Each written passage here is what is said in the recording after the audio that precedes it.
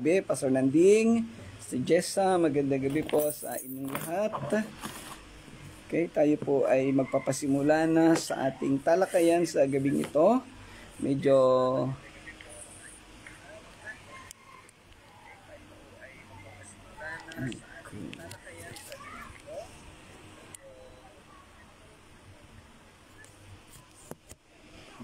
okay, so madali lang po at medyo nag-e-echo yung aking sound. Ayun.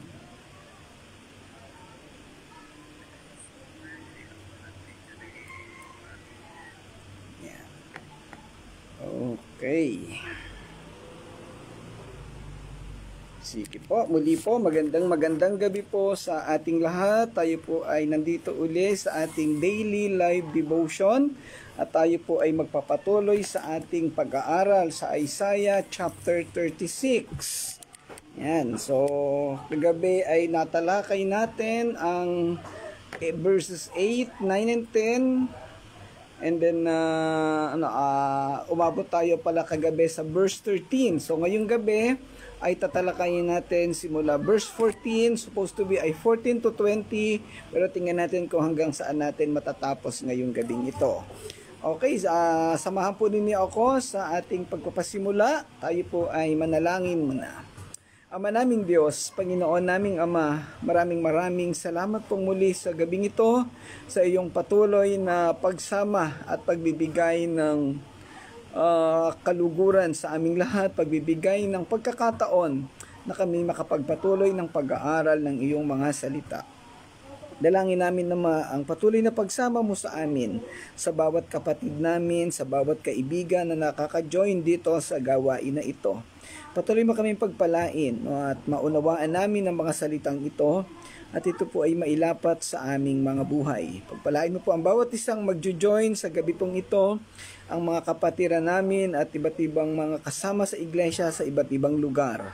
Ikaw po ang mangusap at magbigay ng opportunity sa kanila upang maka-join sa gawain na ito. Salamat po, Panginoong Diyos. Ito po ay dalangin namin sa pangalan ng Panginoong Hesus. Amen. Okay, Sister Gertrudes, magandang gabi. Ate Jessa at syempre si Pastor Nanding. So tayo po nga ay magpapatuloy sa ating ginagawang pag-aaral. Yan. At gaya nga ng nabanggit ko, tayo ay nasa chapter 37 ng aklat ng Isaiah. At kagabi ay ating tinalakay ang verses 11, 12, and 13 kung saan ating unawaan doon yung dagdag na mga sinasabi ni Sennacherib sa pamamagitan ng kanyang punong ministro si Rabsakeh, na may mga binanggit na iba't ibang lugar na nagdagdag ng tila nais nilang idagdag doon sa kanilang accomplishment para higit na kumbinsihin ang mga Israelita na sumuko na sa kanila. So may mga nakita tayo mga lugar kagabi kagaya ng Gosan, Karan, Resep, ang Eden ng Telasar, ang Hamat, ang Arpad at ang Siparbaim. So itong mga lugar na ito ay mga syudad na kilala sa kapanahunan ng Lumang Tipan at ang bawat bayan na ito ay pawang sinakop ng Assyria. Sa mga pagkakataon na binanggit kahapon ay pinapakita dito ni Rabsakeh at ni Sennacherib na ang mga bansa na iyan, ang mga bayan na iyan ay kanilang sinakop at hindi sila naipagtanggol ng kanilang Diyos, ng kanilang mga Diyos. Totoo naman na binanggit din natin kagabi na hindi talaga sila naipagtanggol. Bakit? At paano nga ba silang maipagtatanggol? Ay samantalang ang sinasamba ng mga ito ay mga Diyos-Diyosan lamang. So ang pagkakamali dito ni Rabsakeh ay ikinumpara niya ang mga Diyos-Diyosan ng mga taong ito kay Yahweh na isang tunay na Diyos. Ayan. So ngayong gabi ating tatalakayin ang pagpapatuloy ng kasaysayan na ito sa ating yung sitwasyon pa rin na kung saan ang Assyria ay naandoon sa pagtatangkang pasukuin ang Juda o ang mga Israelita. Sila ay gusto nilang sumunod sa kanila at alipinin ang bayan na ito. Okay, magandang gabi Ate Alma sa inyong buong pamilya dyan, sa inyong tahanan. At happy birthday po uli. Yan, para sa kaalaman po ng lahat, ngayon po ay birthday ni Ate Alma. Kagagaling ko lang din sa kanilang tahanan at nakasama natin sila sa celebration ng kaniyang birthday. Okay, so tayo po ay nasa verse 14. Okay, ang sabi sa verse 14, kinuha ni Hezekias ang sulat na dala ng mga sugo at pagkatapos basahin ay pumasok sa templo.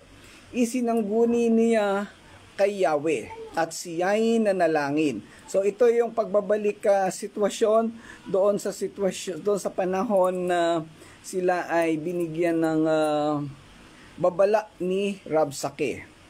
Sabi doon sa verse 16, O Yahweh na makapangyarihan sa lahat, Diyos ng Israel, lumikha ng langit at lupa, ang inyong trono'y nasa ibabaw ng mga kirubin. Kayo lamang ang Diyos ng lahat ng kaharian sa lupa. Masdan ninyo ang aming kalagayan at lingapin ninyo kami. Narito ang liham ni Sennacherib na lumalapastangan sa inyo, ang buhay na Diyos. Sa talatang 18, tunay nga, O Yahweh, na winasak ng mga hari ng Assyria ang lahat ng bansa.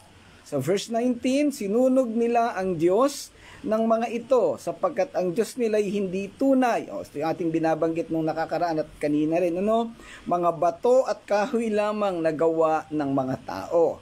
And sa verse 20, kaya iligtas mo kami, Yahweh, o aming Diyos, sa kamay ni Sennacherib upang malaman ng lahat ng kaharian sa lupa na ikaw lamang ang tunay na si Yahweh o ang tunay na Diyos. So medyo mahaba ang ating mga talata na tatalakayin sa gabing ito.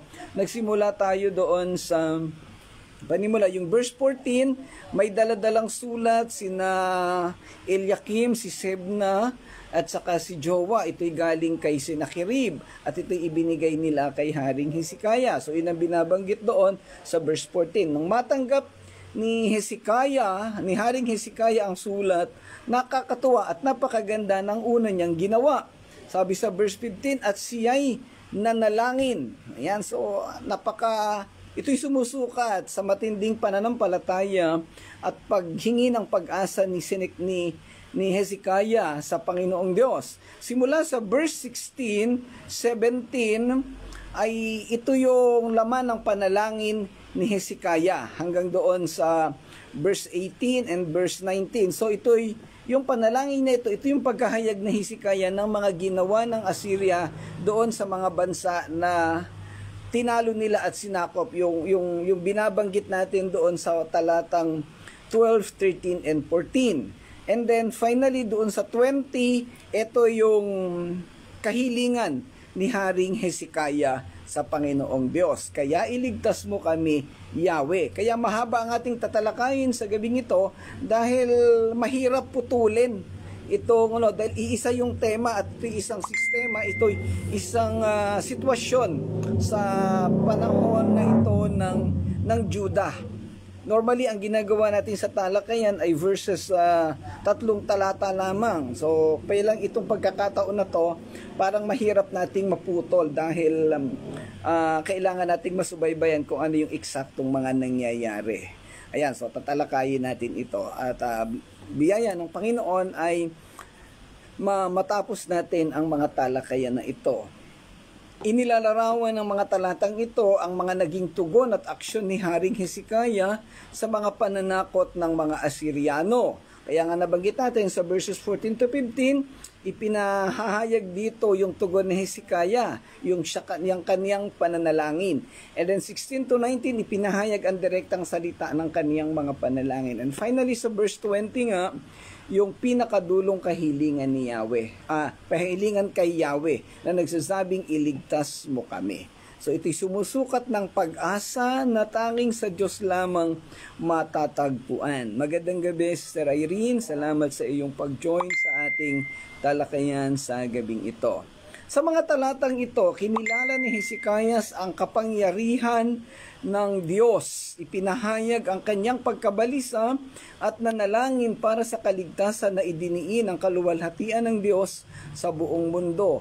Hindi itinago ni Hezekiah ang kaniyang pagkabalisa, ang kaniyang pag-aalala. Pero ang maganda na nangyari, sa kabila ng kaniyang pag-aalala, sa kabila ng kaniyang mga kabigatan na nararanasan ng kapanahonang iyon, isa lang ang naging solusyon niya, ang lumapit kay Yahweh. Hindi siya lumapit sa kung kani-kanino, hindi siya nakipag-alyansa sa ibang mga bansa.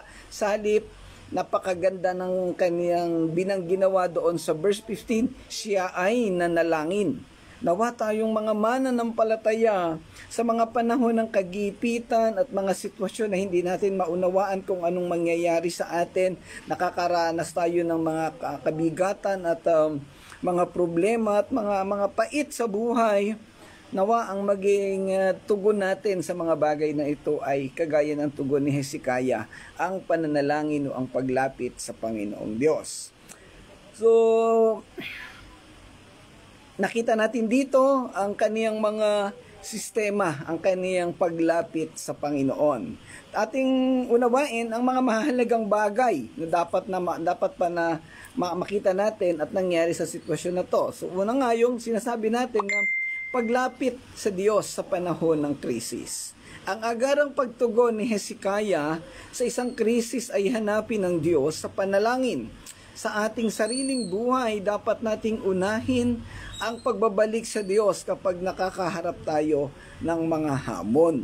Hindi tayo, totoo na bilang tao, hindi natin maiiwasan yung mag-alala, yung mabigatan.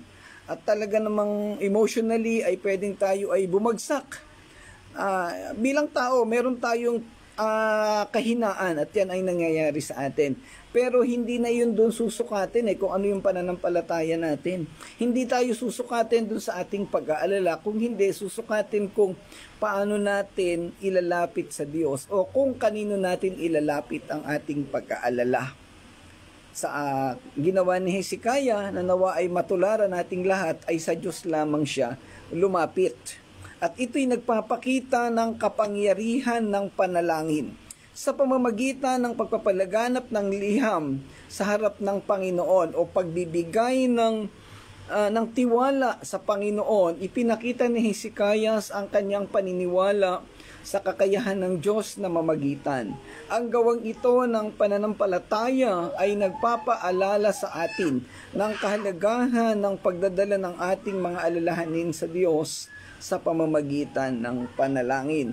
May very basic lang ang tinatalakay natin, parang ito ay Christianity 101 na kung saan yung panalangin. Actually, kung meron isang pinakasimple o pinaka-basic na talakayan sa buhay ng mananampalataya, ito yung pananalangin. And yet, napakasimple, napaka-basic nito, pero ito yung lagi ng hindi nagagawa ng mga mananampalataya. Ito yung lagi ng naiiwanan. Ito yung lagi ng napapabayaan. Kaya yaman ng salita ng Panginoon. Ito'y lagi nang inire-remind sa atin dahil ito ang kalimitan na bumabagsak ang mga mananampalataya. Nakikita rin natin dito yung pagtitiwala ni Hezekiah sa soberanya ng Diyos. Ang mga pagkilos ni Hezekiah ay nagpapakita ng malalim na pagtitiwala sa kontrol ng Diyos sa lahat ng mga pangyayari. Hinihikayat tayong magtiwala sa plano at kapangyarihan ng Diyos kahit na tila napakabigat ng mga sitwasyon. Well, hindi maiiwasan ang buhay natin sa mundo na ito ay talaga namang napakaraming nangyayaring mabibigat. At karamihan ng mga kabigatan na hindi natin maunawaan, hindi natin maipaliwanag bakit ba nangyayari ito. Pero kung mating ilalapit ito sa Panginoon ay makikita natin at mauunawaan ang sagot. sa buhay ko, pwede kong banggitin yung patotoo na ito, bago ako manampalataya sa Panginoon, ay nagulo ang buhay naming pamilya. Nandun kami sa Bicol, sa Ragay, sa Camarines Sur, maayos ang buhay namin, maayos ang trabaho ko, wala kaming problema. Subalit, dumating ang pagkakataon na nagulo yung buhay namin. Lahat nagka-problema, na bumagsak yung negosyo, yung trabaho. So, nung mga panahon na yon, hindi ko maunawaan kung ano nangyari. Bakit parang nabaligtad ang buhay namin. Pero, yun ang naging dahilan kaya umalis kami ng Bicol at napapunta kami dito sa Santo Tomas, Batangas. Pero alam niyo ang naging tugon ng Panginoon at napakalinaw, kaya ginulo, kaya hinayaan ng Panginoon na magulo ang buhay namin sa Bicol para makarating kami sa Santo Tomas at dito ay makilala namin siya. Doon kami nagsimulang maging Kristiyano. Paano kung nanatiling maayos yung buhay namin sa Bicol? Wala, hindi ako naging pastor at hindi ako nanampalataya sa kanya. So yung sitwasyon na napakabigat na hindi natin maunawaan, which is nangyayari talaga sa ating lahat, ay may layunin ng Diyos. Kaya mga kapatid, dapat nating tingnan at maunawaan na ang mga problema, ang mga kabigatan na nangyayari sa atin, hingin natin sa Panginoon kung ano ang dahilan at siguradong meron siyang purpose sa mga bagay na ito. At ang purpose na yan ay magiging daan para tayo ay magkaroon ng pagkilos para sa ating pananampalataya. Kagaya na nangyari kay Haring Hezekiah, ibinigay niya ang buong pananampalataya at pagsunod sa Panginoong Diyos. At dahil dito, matutunghayan natin sa mga susunod na talata kung ano ang ginawa ng Panginoon sa buhay nila, kung paanong sila ay pinagtagumpay. Sa dulo, nakikita natin dito yung katapatan ng Diyos sa kanyang mga pangako. At yung salaysay tungkol kay Hezekiah ay nagbigay katiyakan sa atin ng katapatan ng Diyos sa kaniyang bayan. Makakaasa tayo na dinirinig ng Diyos ang ating mga panalangin at tapat na tumutugon ayon sa kaniyang kalooban. Ang mga bahaging ito ng talata, yung simula sa verse 16, ay nagpapakita ng mga ginawang mali ng Assyria at ito yung idinulog ni Haring Hezekiah. So kung ating babalikan, ang sabi dito, binibigyan diin ng mga titulong, may binanggit siya doon, Panginoon ng mga hukbo. Ito'y nagbibigay diin na ang pinakamataas na utos ng Diyos sa mga hukbong anghel na itinatampok ang kanyang kapangyarihan at otoridad. Doon sa sitwasyon na nangyari, makikita natin doon kung paanong kumilos ang Diyos sa buhay ng mga Israelita. And magandang gabi, Ate Jose Cabanillas sa Antipolo. Salamat sa iyong pagsama sa gabing ito. Ang tinatalakay dito ay muli yung sitwasyon na kung saan ang mga Israelita sa pamumuno ni Haring Hezekiah ay nagtiwala kay Yahweh.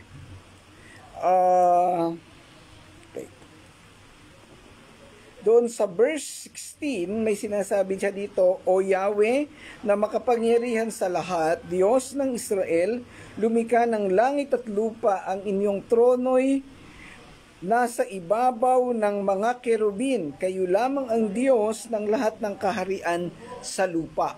So ito'y nagpapakita ng mataas na kapangyarihan at kakayahan ng Diyos.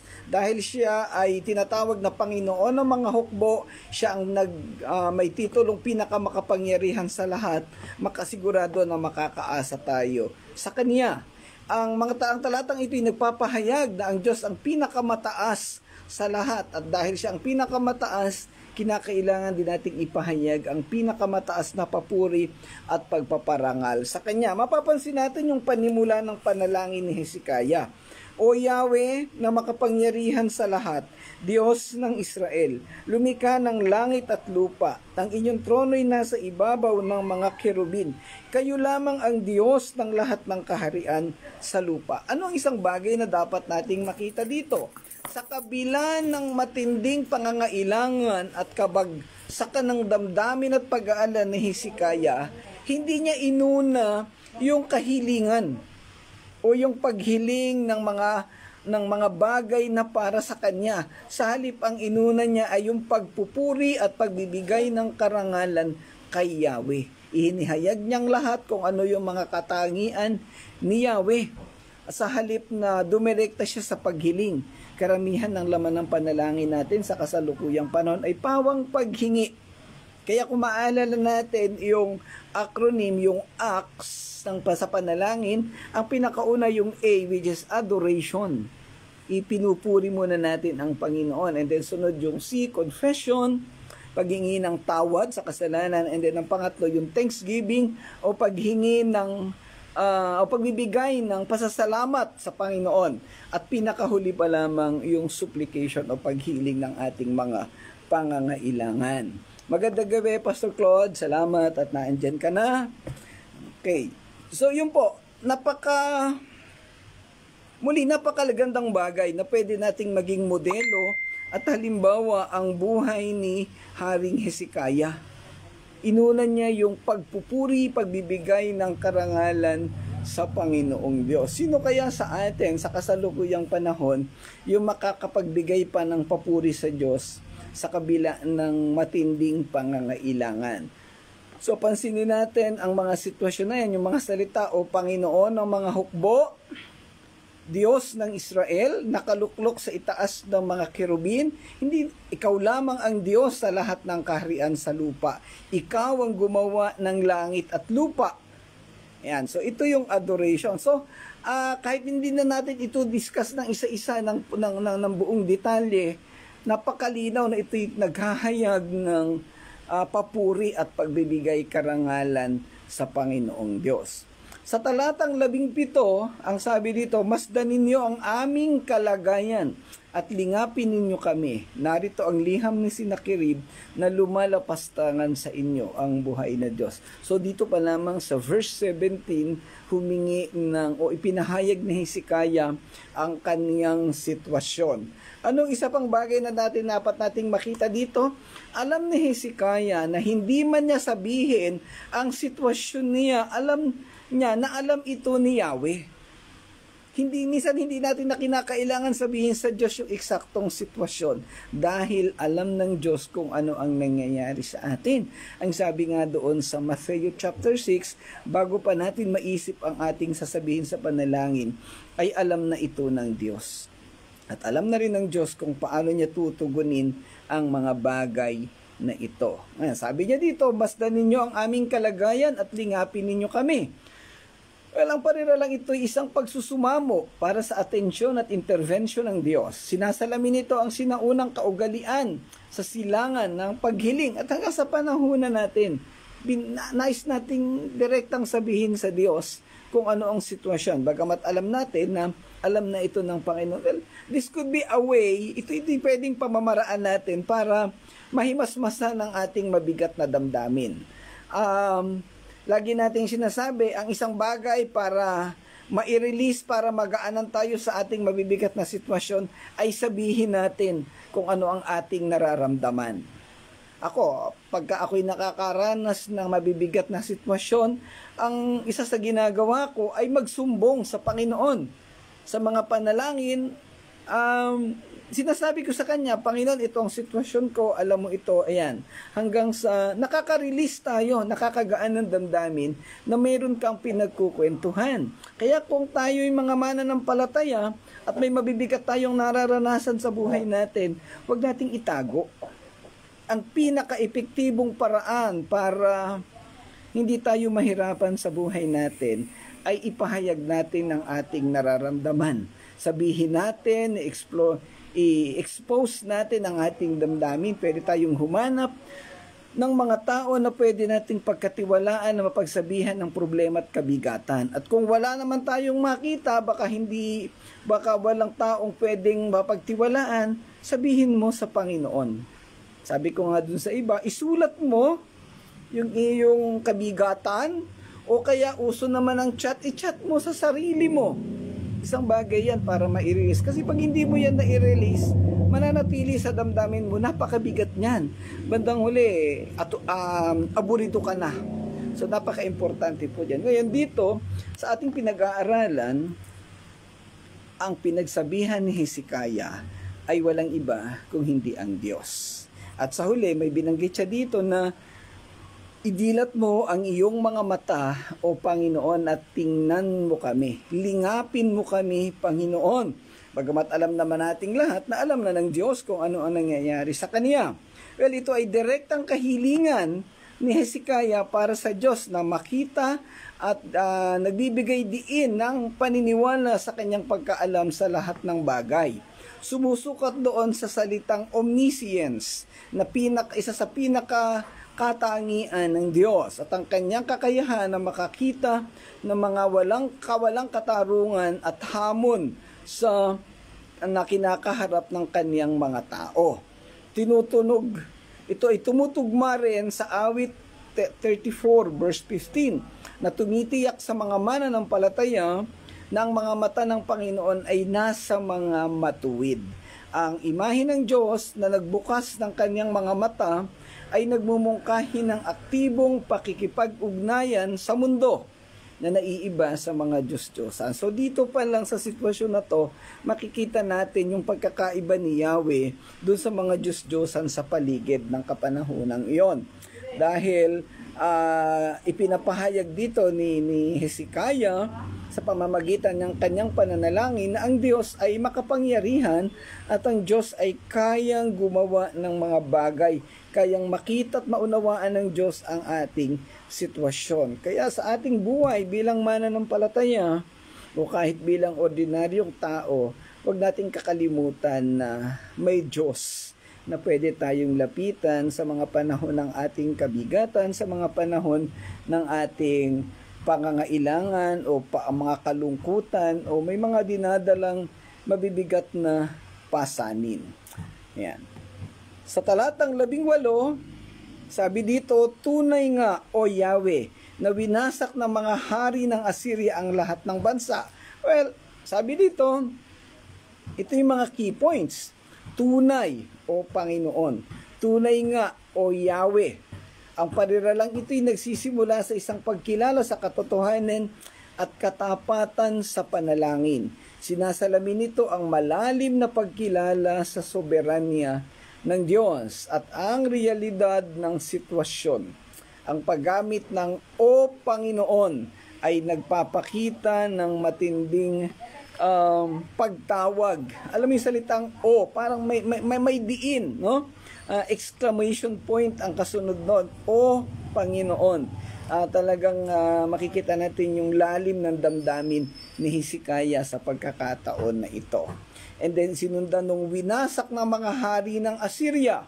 Itang pariralang ito'y naglalarawan sa mga mapanirang pagkilos ng mga hari ng Assyria. Sa lahat ng kanyang mga ginawa doon sa paligid, yung terminong nalaglag o yung mga kahirapan ay nagpapahiwatig ng ganap na pagkawasak na kadalasang nauugnay sa kampanyang o sa gawain ng Assyria, mga military works nila, yung mga aksyon na ginagawa nilang pagsakop sa mga bayan. Ang pagkawasak na ito hindi lamang pisikal, kung hindi psychological. So yung psychological war na tinatawag natin or psywar, dahil ito ay nagtanim ng takot sa mga puso ng mga nakapaligid na bansa. So kaya nga ito yung ipinagmamalaki ni Sennacherib habang kinakausap niya yung mga tauhan ng mga ng Juda, yung mga Israelita. At again, ito yung nagpapakita ng kakayahan ng Assyria. Subalit sa kabila ng halata o ng kitang-kitang kapangyarihan ng Assyria, narito pa rin si Hezekiah na idinudulog niya sa Diyos ang sitwasyon na ito, yung kanilang kabigatan. Sa Diyos pa rin siya nagtitiwala. Hindi siya natatakot, hindi siya nag-aalala dahil alam niya na kayang-kaya siyang proteksyonan ng Panginoong Diyos. Sa talatang 11, ang sabi dito, sinunog nila ang Diyos ng mga ito, sapagkat ang Diyos nila'y hindi tunay. Mga bato at mga kahoy lamang nagawa ng mga tao. Yan.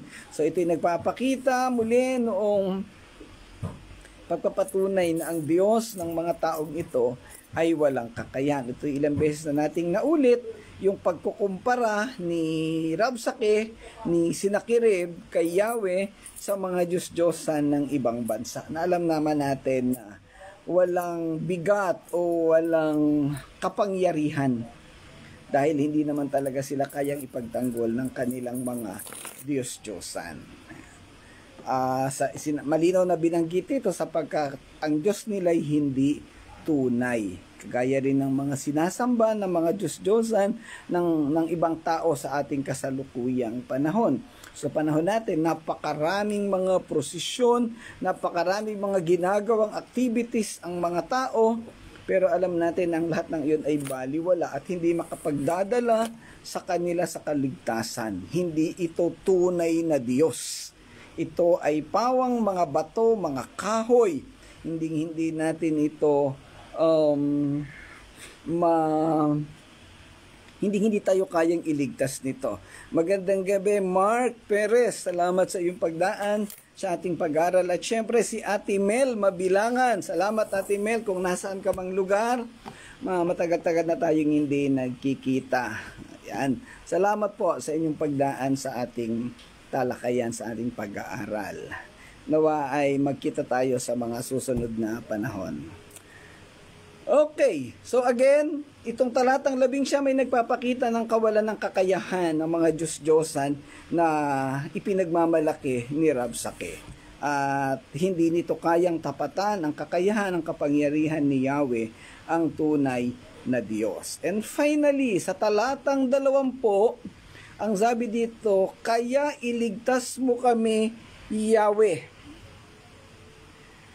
o aming Diyos, sa kamay ni Sennacherib, upang malaman ng lahat ng kaharian sa lupa na ikaw lamang ang tunay na si Yahweh.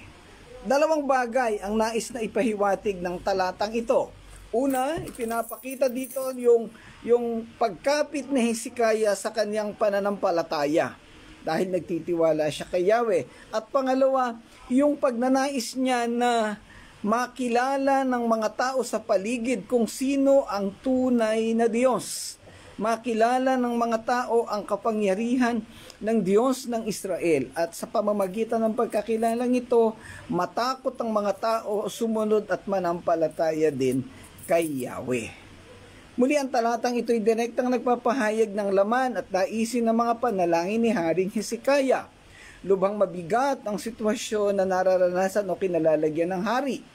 Dahil hindi lamang sa sarili niya ang kaniyang dinadala, sa halip ay ang buong bayan. At ang mabigat sa sitwasyong ito, ang mga tao'y nakatingin at umaasa sa kanya.